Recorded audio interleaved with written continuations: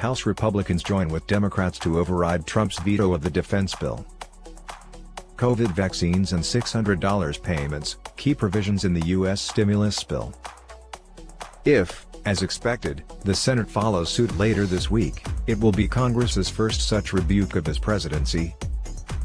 Donald Trump suffered fresh humiliation on Monday when more than 100 Republicans joined Democrats in the House of Representatives to override his veto of a $741 billion defense bill. If, as expected, the Senate follows suit later this week, it will be Congress's first such rebuke of his presidency, which has only 3 weeks left to run. During a high-stakes day on Capitol Hill, the Democratic-controlled House also voted to boost coronavirus relief payments to $2,000 per person. This was a step endorsed by Trump but is thought unlikely to progress in the Senate. The National Defense Authorization Act, which funds service members' pay, oversees military operations and other needs, has been passed by Congress every year since 1967. Trump exercised his veto last week, returning the bill with objections including its proposal to change the names of 10 military bases honoring Confederate leaders.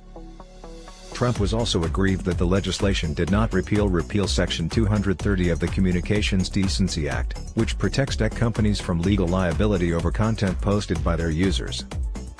Kevin McCarthy, the House Minority Leader, announced that he would not vote to override Trump's veto despite supporting the original bill, which passed both chambers of Congress with strong bipartisan backing. Some 109 Republicans broke from Trump on Monday and joined Democrats to support the bill.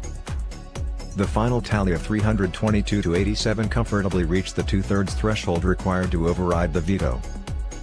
Mac Thornberry, the most senior Republican on the House Armed Services Committee, urged colleagues who had supported the bill earlier this month to back it again.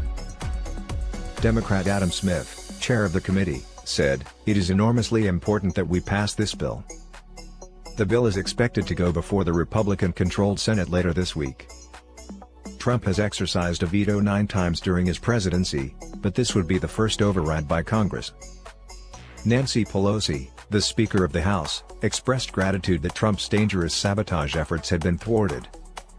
The president must end his 11th-hour campaign of chaos, and stop using his final moments in office to obstruct bipartisan and bicameral action to protect our military and defend our security, she said.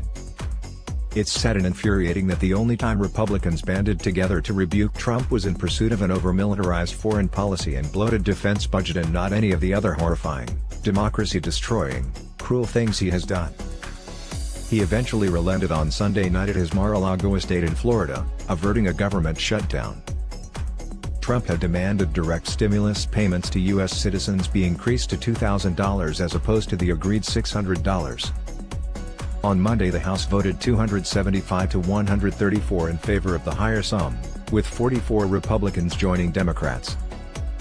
But it is not certain whether it will even be taken up by the Senate, where again many Republicans would find themselves in the uncomfortable position of crossing Trump. Bernie Sanders, an independent senator from Vermont, said, "The House has passed a $2,000 direct payment for working people." This week on the Senate floor, Mitch McConnell wants to vote to override Trump's veto of the $740 billion defense funding bill and then head home for the new year.